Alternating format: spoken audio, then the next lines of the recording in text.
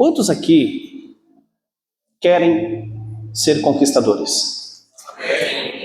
Perfeitamente. Muito bom.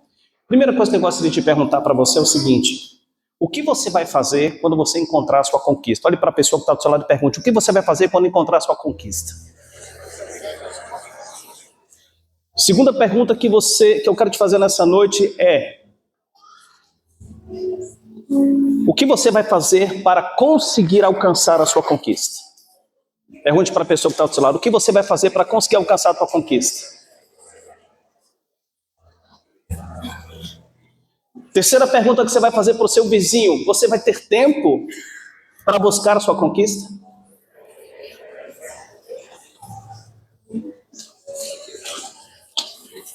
E quarta coisa: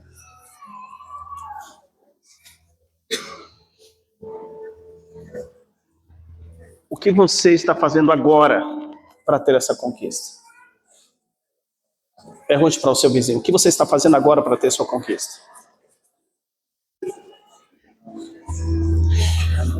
Todos nós já ouvimos falar do rei Davi. O rei Davi não é nenhuma novidade para nós.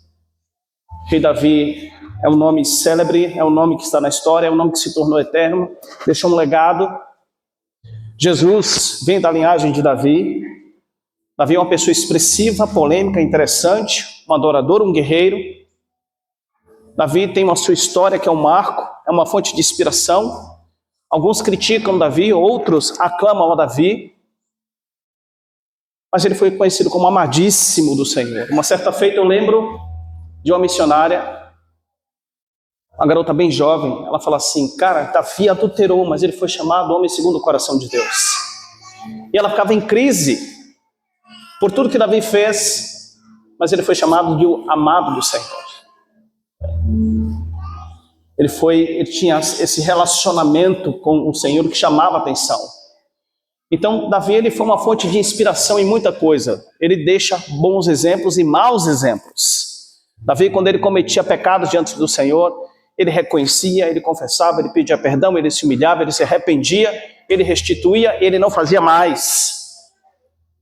Ele era grato por tudo que lhe acontecia, porque ele reconhecia que vinha da parte do Senhor. Um homem com a maturidade espiritual e com a musculatura da fé considerável. Então todos nós já ouvimos falar de Davi. Todos nós já sabemos muito sobre Davi. Canções, poemas, filmes, séries, novelas. Enfim, já pregamos sobre Davi inclusive. Mas o que será que Davi fez para ser um conquistador? Olhe para a pessoa que está do seu lado e pergunte: o que Davi fez para ser um conquistador? Então vamos ver se vai funcionar aqui. Agora vai. Então vamos lá. O coração, conforme o coração de Deus, é um coração que é formado na prova da humilhação. Né? Um excelente exemplo de humilhação, a mulher cirofenícia. A humilhação, ela é uma arma na batalha espiritual. A humilhação, ela tem um poder de trazer libertação. E a mulher cirofenícia é um exemplo clássico de uma mulher que usou essa ferramenta para trazer libertação sobre a sua filha que estava horrivelmente endemoniada. Eu já ouvi falar de pessoas que estavam, já vi pessoas endemoniadas, mas horrivelmente endemoniadas, eu não tenho noção do que é isso, e nem tampouco eu quero ver. Mas essa mulher usou de uma coisa: ela não disse sai em nome do filho de Davi, ela não fez nada, ela não jejuou, ela não fez nada além de se humilhar. Ela se humilha. E ela se humilha diante do filho de Davi. Ela usa o termo filho de Davi como nome messiânico profético, ou seja, ela sabia com quem ela estava relacionando, ela sabia com quem ela estava interagindo. Então quem liberta aquela mulher, na verdade, não foi Yeshua HaMashiach, mas foi essa própria mulher ao se humilhar diante de Yeshua HaMashiach. A humilhação é uma das maiores e mais poderosas ferramentas de libertação, mas poucos de nós querem usá-la. Poucos de nós queremos nos tornar peritos nela. Poucos somos amantes de nós mesmos, inclusive. O amante de si mesmo que Timóteo traz desses últimos tempos, eu julgava que era um homem ímpio, até eu descobri que o amante de si mesmo fala de mim. Às vezes eu vejo lá nas minhas notificações, mensagens no Facebook, e eu vou olhar lá quem é que está perguntando alguma coisa sobre a minha escola e tal, e quando de cara abre assim a primeira tela lá, gente, várias pessoas que passam tempo com o celular parado, a pessoa tira uma foto e faz um movimento bem rapidinho assim.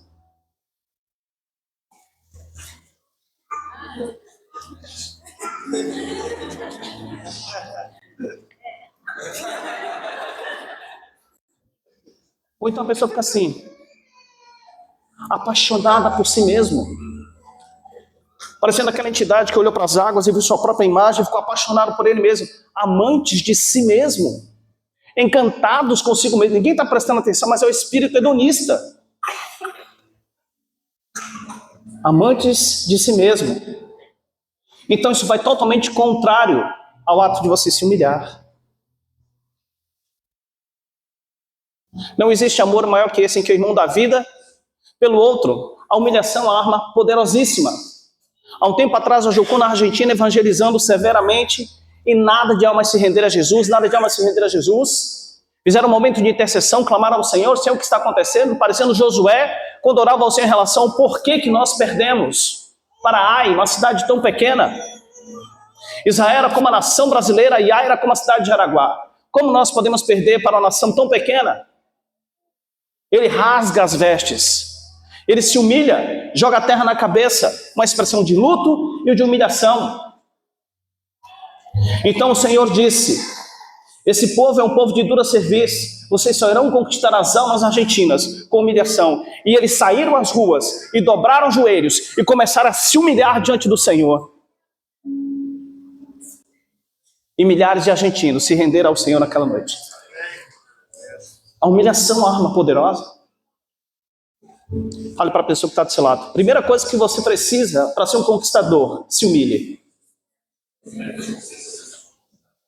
Eu não ouvi, você falando tão baixinho, por quê? Diz para a pessoa que está do seu lado, você precisa se humilhar se você quer conquistar. A amargura nos traz as seguintes consequências. Primeira coisa, nos faz perder a graça de Deus. Vocês lembram do filho pródigo? Nem as alfarropas que tem cor de chocolate, gosto de chocolate, parece chocolate, mas não é chocolate, nem aquilo ele podia comer, foi dado aos porcos, mas foi negado para ele. E a alfarroba é um símbolo da graça do Senhor que dá no deserto da Judéia, onde não dá nada, da alfarroba no deserto da Judéia. É um símbolo de um milagre, é um símbolo de graça, mas nem isso ele teve acesso. A amargura nos faz perder a graça, desconectar da graça, do favor não merecido. O irmão do pródigo, o órfão de dentro, ele não entendia a graça, ele entendia a lei. Há tanto tempo tenho eu trabalhado para ti como escravo, nunca mandaste sacrificar um novilho cevado para mim, vindo por esse teu filho, que era o seu irmão, mas ele foi incapaz de citar o nome do irmão e dizer o meu irmão, devido ao seu coração tão amargurado, estava desconectado da paternidade, desconectado da fraternidade, desconectado da misericórdia, da empatia, desconectado do amor paterno do Senhor. Ele não conhecia, seu coração estava amargurado. Vindo, porém, esse teu filho, você manda sacrificar um novilho cevado para ele? É justo? Ele diz, há tanto tempo tenho te servido como um escravo. Ele se compara como um escravo sendo filho. Ele não era escravo, ele era filho, mas ele tinha pensamento, discernimento, postura, conduta, caráter, linguagem, visão de escravo, onde buscava através do fazer e não do ser, que é moda nos dias de hoje, que vem da meritocracia, que foi imposto para nós desde a infância, o fazer para ter. E aí nós começamos a entender que o mais importante é o fazer e não ser. Isso é totalmente contrário. Ele nos ama por quem somos, e não pelo que temos, ou pelo que podemos fazer. Atrapalha a caminhada com o Senhor.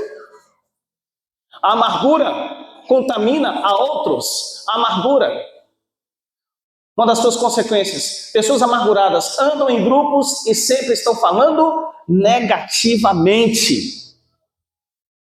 A pessoa, vez por outra, fala negativamente. Quando não, ela vem com uma estratégia sutil e diz, é uma crítica a fazer. Essa crítica, alguma coisinha que ela acha, esse detalhe, isso na verdade, além da amargura, pode ser uma inveja. O invejoso não está longe de você, ele está perto, ele está do seu lado.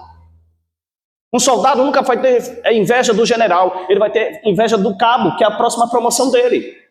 Então ele vai dizer assim, a minha voz de comando é melhor. Esse cara não sabe comandar. Olha a postura dele, olha a voz dele. O cara não tem nem voz, não tem firmeza. Então ele começa a fazer observações, ele começa a fazer observações detalhadas, negativas. Ele começa a fazer observações negativas, sutis críticas. Mas onde está a sugestão? Se você vai levar uma crítica, leva uma sugestão junto. Então, pessoas que começam a criticar, e se você começa a criticar gradativamente, detalhadamente, ou não que seja ainda detalhadamente, cuidado, você pode estar com inveja do próximo. Sempre vê uma falha, sempre vê um problema, sempre vê um defeito, nunca está bom, nada de elogio. Cuidado, você pode estar com o coração invejoso, esverdeado, e não está sabendo. A inveja mata, destrói, corrói, é nociva, ofensiva, agressiva, ácida, devastadora. Precisamos nos humilhar, e esse é um tempo de humilhação. Então, pessoas amarguradas andam em grupos e sempre estão falando negativamente, traduzindo, andam em bandos. E tudo geralmente começa com um cafezinho da tarde. Um cafezinho em sua casa. Convidar você a tomar um café na minha casa, cafezinho. E nesse cafezinho, gente, o café está sem açúcar, só sai amargor. Mateus capítulo 11, versículo 29, afirma, somente os mansos e humildes podem perdoar. Olha para a pessoa que está do seu lado e diga, você só pode perdoar se você for manso e humilde. Agora pergunte para a pessoa que está do seu lado, você é manso e humilde? Agora diga para ela, não precisa responder. Diga assim para ela, mas vou te dar um conselho, perdoe. Agora pergunte para ela de novo, faça a seguinte pergunta, de quantos minutos você precisa para perdoar um momento? Faltou o crédito e a frase, hein? Olha lá, hein? Mas para termos um coração igual ao do Senhor e para adorarmos ao Senhor como Davi, precisamos de alguns personagens de nossas vidas, tais como Davi os teve. Pergunte de novo para o seu vizinho que está do seu lado, o que Davi fez para ser um conquistador? Davi, ele precisou de alguns personagens em sua vida para se tornar um grande conquistador. Eu pergunto de novo para você nessa noite, quantos aqui querem ser um conquistador? Então, primeira coisa que eu e você vamos precisar, nós vamos precisar de Saul em nossas vidas. E Saul representa pais machucados, intoxicados, líderes que estão na posição de líderes, mas são chefes, manipuladores, prepotentes, controladores, chefes, autoridades, figuras de autoridades abusivas. Talvez você tenha um chefe assim. Talvez você teve um pai que te machucou, uma mãe que te machucou. Talvez você teve líderes assim. Então Saul representa essas pessoas que estão numa posição de poder. E aproveitam dessa posição. Posição te dá poder, mas unção vem do caráter. Essas pessoas podem estar numa posição de poder. E elas podem estar te perseguindo como Saul perseguiu a Davi. Podem estar querendo te matar. Podem estar querendo te ferir. Podem estar te perseguindo. Tem um cara que me persegue no trabalho, rapaz. Ou meu chefe me persegue. Esse líder meu me persegue. Ou meu pai vive me perseguindo. Minha mãe vive me perseguindo. Ou esse líder, cara, só vive me perseguindo. Agora, cuidado também para você não estar com psicose, entendeu? De perseguição, ou mania de perseguição, quando não tem ninguém te perseguindo. É você mesmo que está se perseguindo. Então você é o seu próprio Saul. Mas é interessante que a função de Saul na minha vida e na sua vida, através desses exemplos, é perseguir, rejeitar, ignorar, invejar, depreciar, oprimir, tentar matar os sonhos. Se você está sendo vítima de tudo isso aqui, levante a mão para o céu e diga assim, glórias ao Senhor. Davi está me perseguindo. Perdão, Saul está me perseguindo. Se você está sendo vítima disso, através desses exemplos de pais, líderes, chefes, pessoas que estão em posição de autoridade sobre sua vida, se você está sofrendo perseguição, rejeição, se você está sendo ignorado, invejado, depreciado, opresso, se estão tentando matar os teus sonhos, glorifique ao Senhor. Existe um Saul na sua vida. E ele está empurrando você para ser um conquistador. Até porque os melhores, Saul te empurra para a presença. Diga, Saul te empurra para a presença do Senhor. Diga para o seu irmão. Os melhores salmos que Davi escreveu foi quando na cova, perseguido por Saul. Ao cantor mor em tom de oitava, não destruas. Os melhores salmos de Davi, quando perseguidos por Saul. Os melhores salmos de Davi, quando ele estava no inferno, um lugar frio, vazio, escuro, que cheirava mal, na caverna, uma simbologia do inferno. Em angústia, aflito, perseguido, se sentindo ameaçado, com medo, tendo toda uma oportunidade para matá-lo, mas não fez. Deu exemplo de lealdade, de honra, de fidelidade, de temor. Você quer entender melhor sobre isso? Lê o livro O Perfil de Três Reis. E nunca mais você vai ousar abrir a boca ou meter a boca naquele que está numa posição de liderança sobre sua vida. É desafiador. E Davi ele faz justamente isso. Seus melhores salmos foi quando ele estava sendo provado, perseguido por Saul. Os melhores momentos de busca da minha parte, da sua parte ao Senhor, é quando nós estamos em aflição. Perceba que os momentos mais sinceros, mais íntimos, mais pessoais, que o Senhor mais se manifesta, é quando nós estamos sendo perseguidos. Então Saul nos empurra para a presença do Senhor. Saul representa flechas. Já falei aqui algumas vezes sobre isso, que a nossa arcada dentária tem a forma de arco, a língua é pontiaguda na frente, atrás é larga. Nós temos na caixa craniana uma arma medieval, arco e flecha. Palavras matam. Palavras têm poder, o verbo se faz carne, o poder da morte e da vida está na ponta da língua. Saul persegue principalmente com suas flechas, nos dias de hoje, com palavras.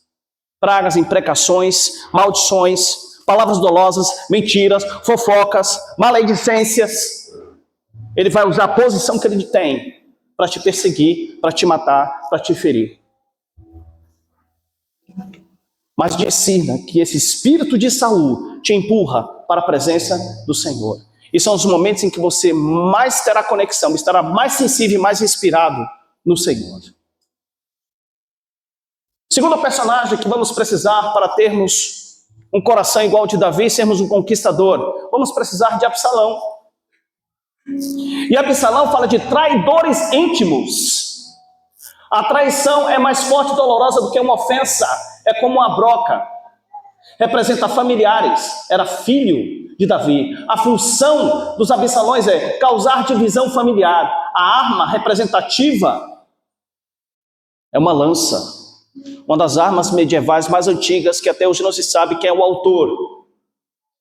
Aonde uma lança atingir você, há uma grande probabilidade de você não sobreviver. Dependente de onde ela te atingir, há uma grande probabilidade de você ser amputado ou de você morrer. Ela é mortal. A lança, ela é comparada com a dor da traição. É mortal. Você ser traído por um íntimo e um pessoal, você ser traído por um pai, por uma mãe, por um esposo, por uma esposa, por um filho, é doído demais, gente.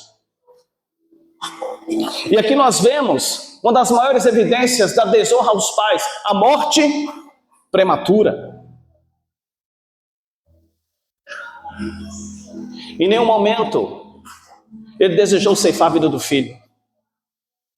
Assim como ele perdoou a Saul, quando os seus amigos lhe aconselharam, esse é o teu momento, aproveita, dá cabo da vida dele. Ele fala assim: jamais ousarei ferir um ungido do Senhor. Em nenhum momento ele ousou pensar, tentar contra a vida do seu filho. Em nenhum momento ele ousou tirar a vida do seu filho. Ele não desejou isso. E repreendeu quem o fez. E ele chorou amargamente a morte do seu filho. Mas ele também perdoou Absalão, que quis matá-lo, porque ele não fez justiça em relação à sua irmã, que foi estuprada pelo seu irmão, que ele o matou. Se julgou no direito de fazer justiça própria, matou o próprio irmão, porque o pai foi passivo. Mas isso foi uma promessa de Natã, e vamos falar dele. Quando disse, a espada jamais se apartará da sua casa. A vida de Urias valeu 4 filhos de Davi, 1 por 4.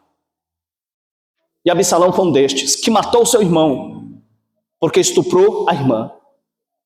Porque foi desleal a Urias, possuindo a sua esposa, enquanto Urias estava dando a sua vida por Davi. Ser traído por alguém de casa é doloroso demais. Mas em nenhum momento Davi desejou a morte do próprio filho. Lamentou, chorou, pranteou. Deu ordem, não toca na vida dele. Outro personagem que vamos precisar para termos um coração de conquistador, um coração segundo o coração de Davi, Aitofel. Davi foi humilhado por Saul, Davi foi humilhado por Absalão, Davi também foi traído por Aitofel. Sutilmente, Absalão, em meio ao povo, como disse o Senhor, eis que foi achada em ti iniquidade para Satanás. Nós vemos também Absalão sutilmente, estrategicamente, como um político, com a boa falácia.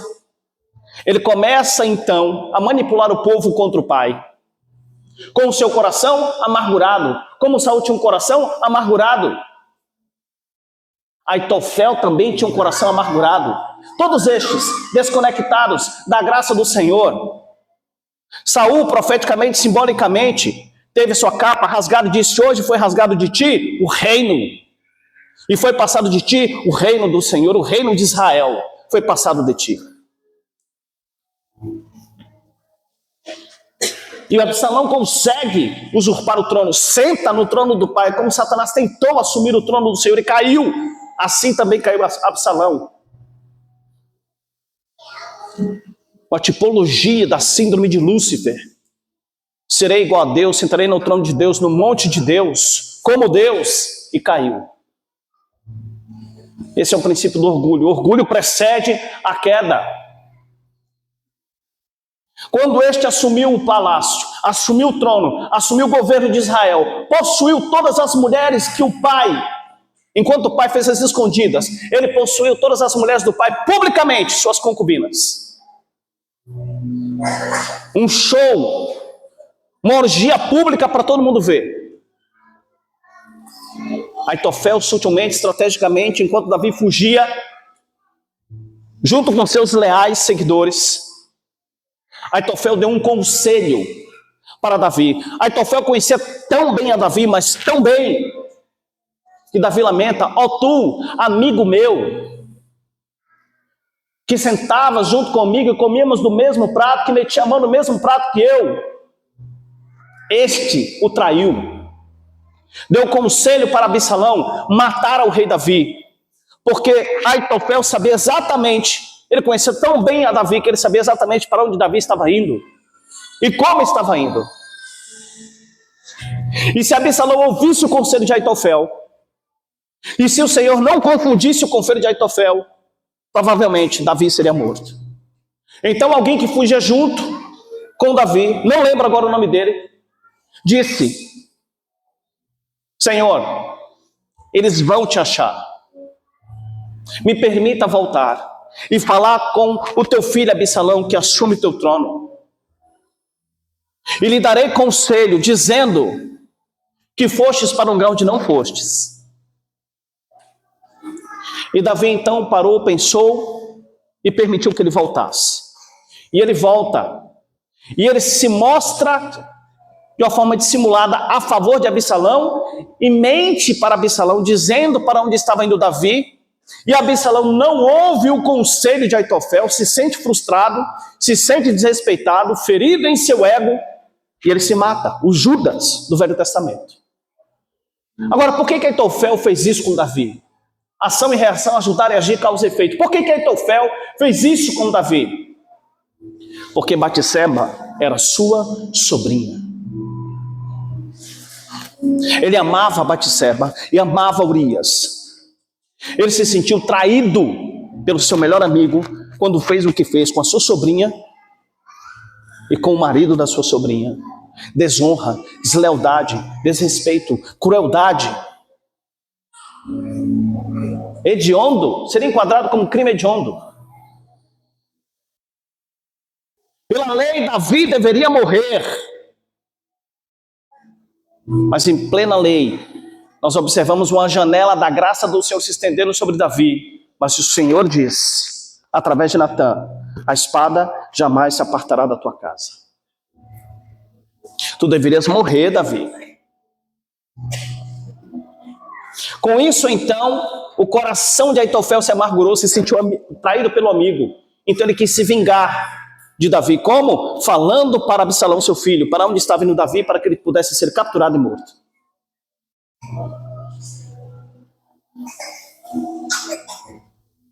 Depois de matar o seu irmão e passar um tempo distante do rei, Davi o recebe Absalão, o abraça e o beija. E depois começa essa rebelião, e ele assume o governo em Israel e persegue o seu próprio pai. O fim dele foi pendurado pelos cabelos nos galhos da árvore. Aitofel, frustrado e angustiado, vendo que não iria ver a sua vingança cumprida, ele se mata. Mas quem é Aitofel nos dias de hoje? Será que eu e você temos Aitoféis em nossa vida? Será que eu e você temos Saúls, Absalões? Será que nós estamos tendo também Aitoféis em nossa vida? Mas quem será? Conselheiros, traidores, aquelas pessoas que sempre estão prontas para te dar um conselho, mas o conselho que elas te dão é para a morte. O conselho que elas te dão é para o mal. O conselho que elas te dão é para a cilada. O conselho que elas te dão é para destruir a tua vida. Aparentemente teus amigos, mas não são teus amigos. Sabe aquele papo de melhor amiga? Enquanto é amiga, tá tudo certo. Quando se torna melhor amiga, eu não sei que diabo é isso, se torna uma tribo, uma raça, uma seita. Ela era minha melhor amiga, ele era meu melhor amigo. Deixa como amigo que é melhor. Quando promove a melhor, a desgraça acontece. Agora, eu confio muito mais no inimigo porque no amigo. Sabe por quê, gente? Porque o inimigo não trai. O inimigo não... Já parou para pensar que o inimigo não trai? O inimigo não trai. Agora, eu não estou dizendo que todo amigo vai te trair, não, muito pelo contrário. O amigo ele é duro com você, firme com você, te exorta, te repreende, te corrige. Ele não mede palavras para falar o que você precisa e não o que você quer ouvir. Você não gosta, fica bicudo com ele, chateado, fica sem falar, mas depois você agradece. Está com você por quem você é, se alegra com a sua alegria, torce pelo seu sucesso. O colega não. Está com você por interesse. Te bajula. Contudo, concorda com você. Não te repreende, não te exorta. Ele tem medo. Até ele perceber que não pode arrancar nada de você. Então ele é o primeiro a dar o fora. Não confunda colega com amigo. A nossa tendência é gostar do colega e detestar o amigo. Jesus chamou Pedro de Satanás e Judas de amigo. E agora? O que é um amigo? Amigo, a que viestes? Amigo é todo aquele que contribui para que você cumpra o teu propósito, missão e chamado. Ainda que você não concorde com os meios, como Judas. Se uma pessoa ela te repreende severamente, duramente, ainda que você não concorde com os meios delas, mas promoveu você, te ajudou, você pode chamar aquela pessoa de amiga, ainda que ela foi por alguns minutos, ou horas, ou dias, ou mês, ou anos.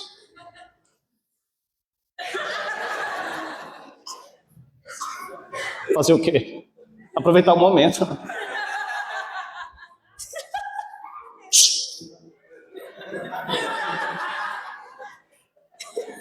Não ri. Gente, é um momento que não volta nunca mais. Tem que aproveitar agora. Gostei desse cabelo, hein? Então, eles representam o quê? Conselheiros. traidores. Representação, amigos íntimos. Ou vai me dizer que você nunca foi traído por um amigo? Olhe para a pessoa que está do seu lado e faz a seguinte pergunta: você nunca foi traído por Etofel?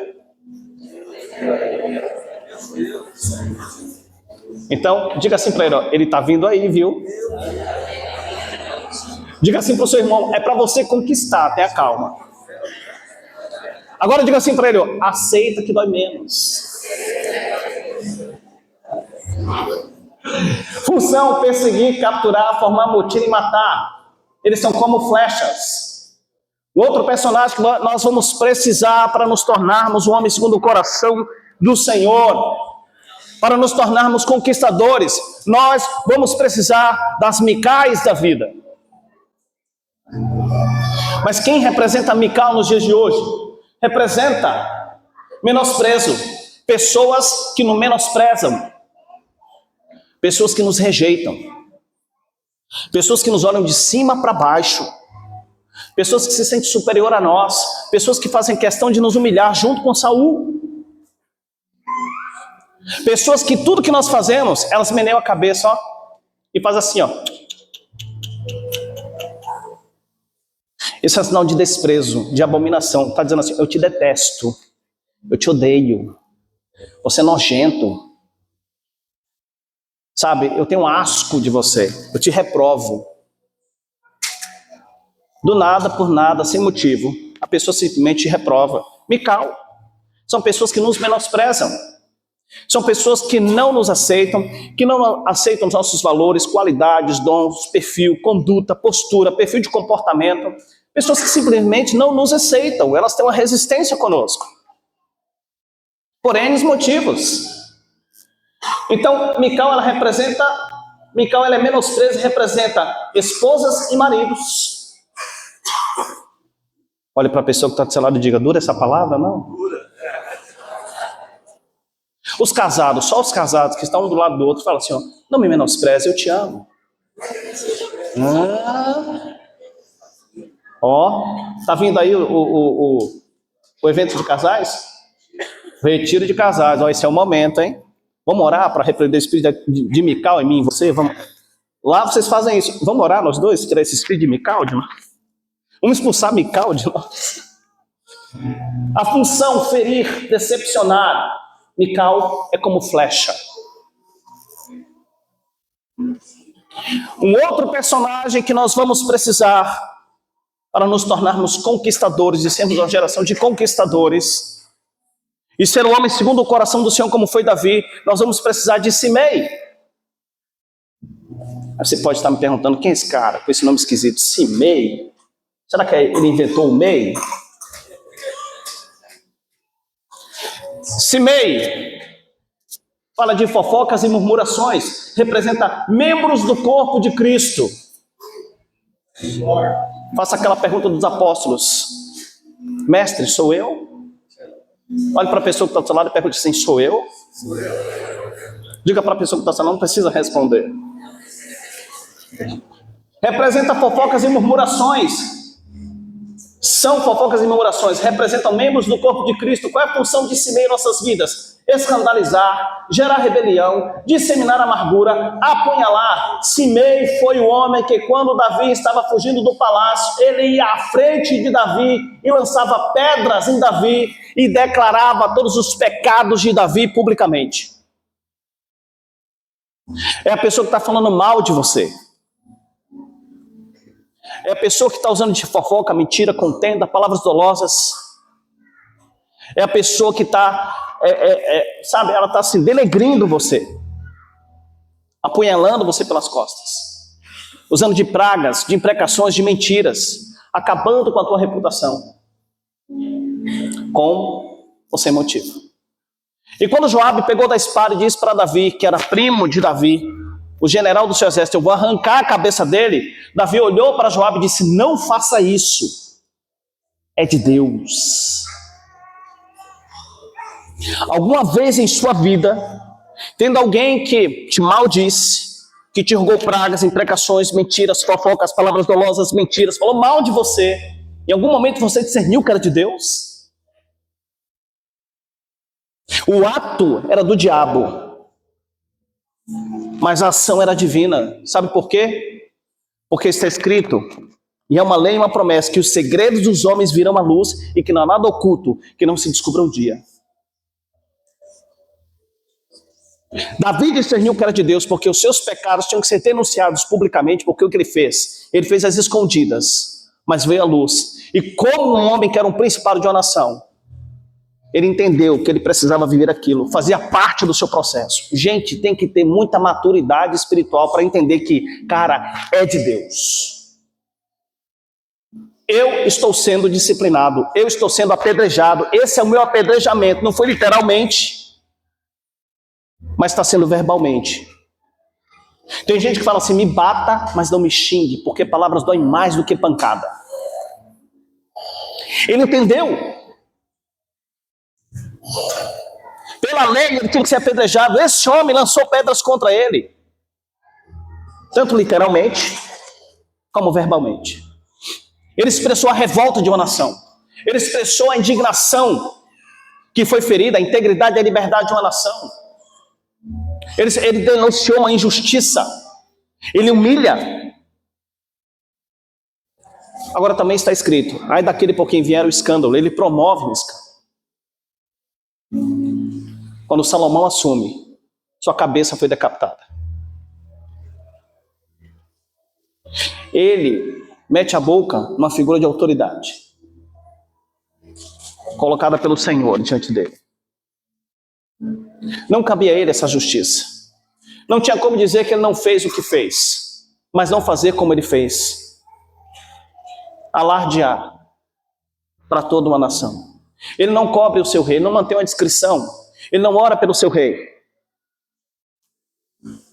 Mas era necessário que isso acontecesse. Então, Simei representa essas pessoas que falam mal de nós, que murmuram, representam membros do corpo de Cristo, função escandalizar, gerar rebelião, disseminar amargura, apunhalar. Então, quando você perceber isso, você já sabe, gente, é o espírito de Simei que está se manifestando. São como flechas. Um outro personagem que nós vamos precisar para sermos conquistadores, para sermos uma geração de conquistadores, nós vamos precisar de Natã. Qual a diferença entre o reino de Salomão e o reino de Davi? É que o reino de Davi tinha profeta, o de Salomão não tinha, por isso se corrompeu. Porque sem profecia haverá corrupção. Sem profeta, o povo se corrompe. E hoje eu vejo uma igreja que qualquer coisa que você fala, faz beijo, bate pezinho, não venho mais na igreja, não vou mais naquele lugar, não vou falar mais com fulano, sabe? Mas o que aconteceu? Foi muito forte aquela palavra, me machucou demais, muito forte. Mas, gente, assim, esse dia alguém falou assim, não, o Luiz foi muito duro, sério? Porque Jesus pegou uma vara e saiu dando naqueles que estavam fazendo da sua casa, no templo do Senhor, covil de ladrões. João Batista chama os caras de raça de víboras. E Paulo entrega a Satanás. E eu sou duro? É mesmo? Ou será que nós somos moles demais? Que tipo de cristão nós somos? Lembra daquela expressão, vale quanto pesa? Quanto será que eu peso no mundo espiritual? E eu sou duro? Sou eu não, gente. Não sou eu não. O que dizer de Paulo? O que dizer de João Batista? O que dizer do próprio Cristo? Ninguém vai dizer nada, não? Pois é. Natã fala a verdade de forma muito dura e denuncia o pecado. Esse é seu amigo. Bota o dedão na sua cara, ó, e o profeta é o dedo indicador, aponta o caminho, ó. Bota o dedão na sua cara e ele botou a cabeça para ele, porque levantar diante do rei, botar o dedo na cara do rei e dizer o que o rei fez, ele estava pedindo o quê? Por pouco hoje que você fala, você pode ir preso, sim ou não? Representa profetas de Deus, função, ser a boca do Senhor aos príncipes, exortar, evitar a corrupção, apontar o caminho para a igreja. Ele é como uma espada. A diferença entre Davi e Salomão é que Davi tinha um profeta em seu palácio, Salomão não. Por isso ele foi recuperado, redimido e restaurado. Por isso que após ele, seus filhos sucederam e sentaram no seu trono. E seu nome está aclamado até hoje. Um dos homens mais falados, citados, criticados, mais inspiradores, Davi. Então nós vamos precisar de Natãs para dizer para nós isso. Olha, o que você fez está errado. Você merece morrer. Toma vergonha na tua cara. E serem tão duro conosco, a gente fazer assim, igual a Davi, botar a mão no rosto e começar a chorar e dizer assim, cara, é aquela pessoa que é tão dura com você que ela faz você cair em si. Mas se você tiver maturidade, você vai amar essa pessoa e você vai ter ela do seu lado. Eu quero pessoas assim do meu lado. Eu não quero pessoas que me bajudem do meu lado. Eu tenho medo dessas pessoas. Por quê? Porque elas são candidatas a Judas. Pessoas que confiam muito mais em quem discorda de você do que aquele que em tudo com você concorda. Se prepare para ser uma vítima, porque ele será o seu Judas. Outro personagem que vamos precisar. Gente, alguém ainda quer ser conquistador? Ok. Acabou não, viu? Ei, Nabal. Outra pessoa que nós vamos precisar em nossas vidas para sermos um homem segundo o coração do Senhor, para ser uma geração de conquistadores, é Nabal. E Nabal, no popular, significa otário, tolo. É aquele que sabe o que tem que fazer, que tem condições de fazer, tem poder para fazer, mas não faz. É ingrato. Tinha N pastores, N ovelhas, e diversas vezes Davi com seu exército de marginais, homens levianos se uniram a Davi, está escrito, não sou eu que estou dizendo. Davi, esses homens levianos, protegeram Nabal, seus pastores, suas ovelhas, de serem salteados. Quando Davi precisava comer, quando Davi estava com fome e quis alimentar o seu exército e pediu comida para esse homem, este lhe negou. E ainda disse mais: por um acaso eu te pedi para você proteger meus pastores e minhas ovelhas? Ele foi ingrato. Davi, com toda a paciência do mundo e sua calmaria e serenidade, ele puxa da espada e vai querer partir a cabeça do cara no meio. E Abigail, uma santa, justa, sábia, serena e doce mulher, que usa de estratégia feminina, nutrição, é uma função feminina, ela conquista Davi pelo estômago, dá uma chamada básica em Nabal, faz ele atentar, enche um monte de jumento, enche um monte de jumentinho com cestos de comidas, passas, figos, tudo quanto era pão, toda sorte de alimentos, e vai na frente, com aquela carreata de jumento, com cestos, balaios no dorso, levando alimento para Davi e os seus aliados, antes que eles chegassem até Nabal e arrancar sua cabeça. Então quem salvou a cabeça de Nabal? Sua esposa. Esta depois tornou-se esposa de Davi. Então, eu não sei se você tem um Nabal na sua vida, eu não sei se você tem um Saul na sua vida, eu não sei se você tem um Absalão na sua vida, eu não sei se você tem um Aitofel na sua vida, um Simei na sua vida, mas essas pessoas vão te ajudar e são seus amigos. Eu te garanto, são seus amigos. Eu não concordo com os princípios deles, eu não concordo com os métodos deles, mas que são meus amigos são, porque todos estes estão me conduzindo para uma conquista plena, como Davi chegou a ser rei em Israel e teve plenitude de tudo. Essas pessoas têm parte nisso. Inclusive, Nabal é aquela pessoa que você faz o bem para ela, ela não volta e diz assim, ó, muito obrigado por você estar fazendo esse fundo enquanto eu prego. Eu mandei você fazer fundo para mim, por acaso? Eu te pedi? É duro ouvir isso. E o mais duro é você esperar por isso. De 10 leprosos, um voltou para agradecer. Eu vou te falar uma coisa, não espere nada de ninguém, meu querido. Não tem expectativa, tem esperança. Não do verbo esperar, mas de esperançar, persistir, perseverar, não desistir. A expectativa traz frustração, a esperança não. Entenda que é a sua responsabilidade abençoar toda e qualquer pessoa que o Senhor coloca no seu caminho. E você dele receberá, e não da pessoa que você ajudou. É isso que você tem que ver. Eu estou fazendo um grande depósito, onde ninguém vai roubar esse depósito, no banco celestial. Tudo que você semeia, você colhe. Isso é uma lei. Por mais simples que seja. Outro personagem que nós vamos precisar para sermos uma geração de conquistadores, para sermos conquistadores, para sermos um homem e mulher segundo o coração de Deus, nós vamos precisar de Golias. Golias representa aqueles, ou melhor, são aqueles que vêm para nos esmagar, humilhar, derrotar, destruir e nos impedir de crescer, como também nos escravizar. Representa medo, vergonha, ira. O único meio de derrubar os gigantes é através da funda, e o único meio de lhe tirar a cabeça é através da palavra. A funda fala de revelações. A função, intimidar e afrontar todos os dias. Esse cara vinha e humilhava o exército dos céus, humilhava o exército do Senhor, humilhava o povo de Deus. Assim são os gigantes de nossas almas, nossos traumas, nossas feridas e os abusos que sofremos, que nunca quisemos levantar para encarar. Assim são as pessoas no nosso dia a dia, em cada área de nossas vidas. Até você se posicionar e se levantar em nome do Senhor e derrubar esses gigantes.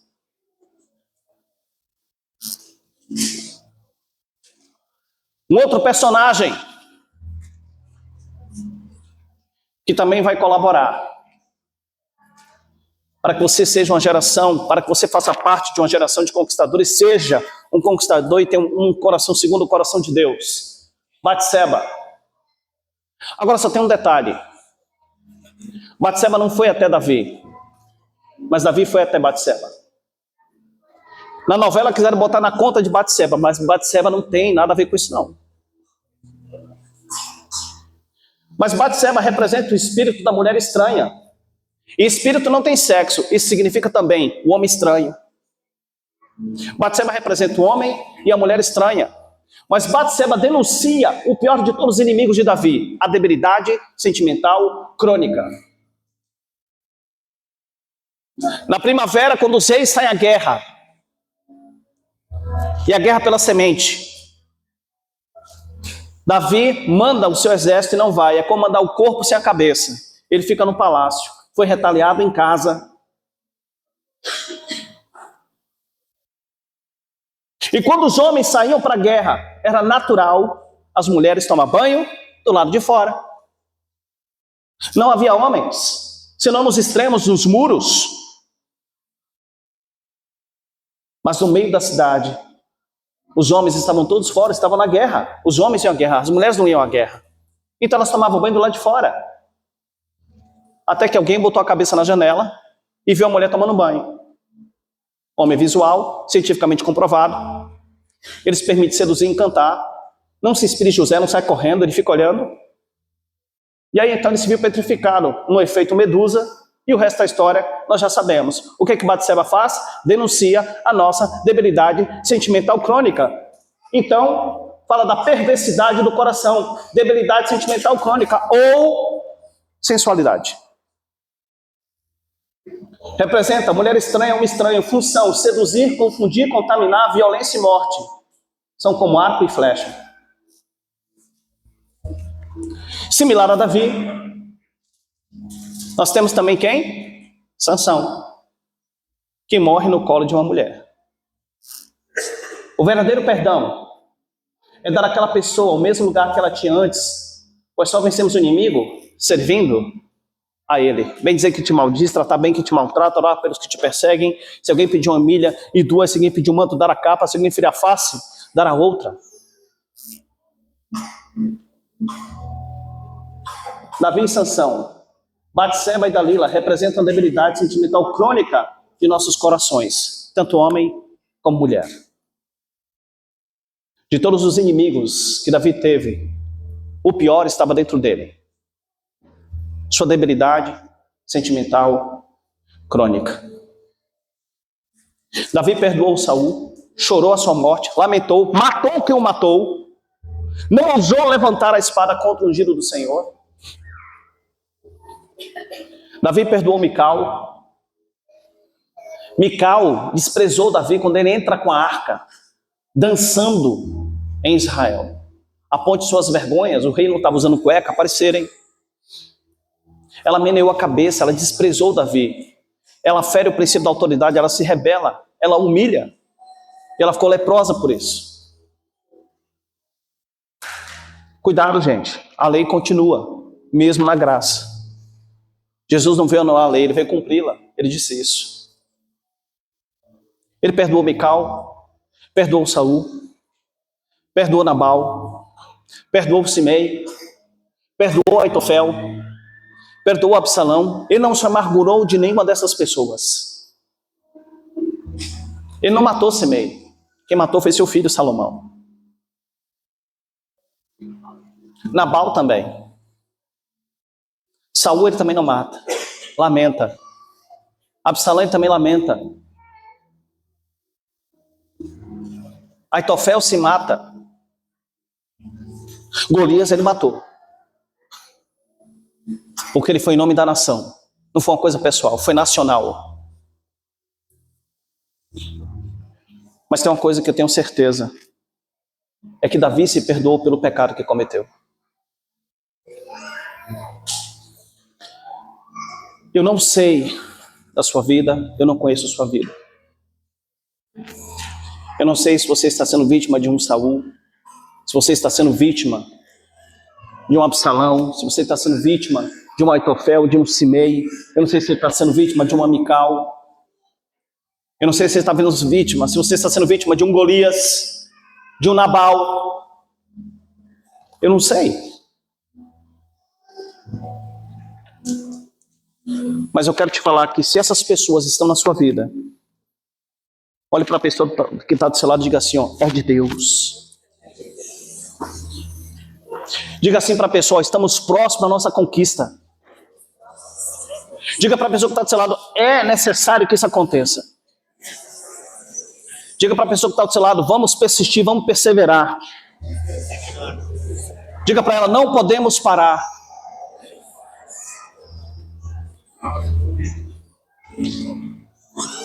Quantos aqui querem ser uma geração de conquistadores? Então se preparem para todos esses personagens. Agora, sabe qual é o meu medo? Eu, Luiz, ser um desses personagens na vida de alguém. Eu não quero. Eu não quero ser. Eu quero ser um, Natan. Natan eu quero. Mas o resto, eu não quero. Se você, por um acaso, identifica um desses personagens na sua vida, fique de pé, eu quero orar por você. Quero orar por sua vida. Se você identifica, se você não identifica nenhum desses personagens na sua vida, pode ficar sentado, mas se você identifica, fique de pé, eu quero orar por você.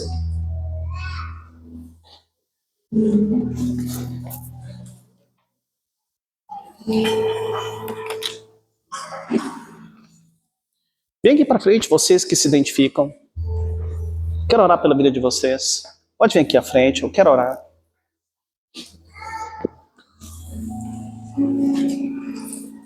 Obrigado. Eu quero dizer para vocês, perseverem. Não desistam. Discernam as provas. Orem por essas pessoas. 40 dias, orem por essas pessoas. Abençoe a vida dessas pessoas. Confessa os pecados dessas pessoas, como se fossem seus pecados. Pede para o Senhor perdoar essas pessoas e pede para o Senhor repreender o que está por trás dela. Ame as pessoas, mas não ame o que elas estão fazendo com você. Mas discerna que se está cooperando para o bem, e tudo coopera para o bem daqueles que amam ao Senhor, é necessário que essas pessoas estejam em suas vidas para que você possa conquistar. E quando você conquistar, seja grato ao Senhor. E quando você conquistar, muita gente vai querer colar em você. E cuidado com esses. Porque esses não são amigos, são colegas. Amigos são os que estão com você agora e que vão estar com você lá.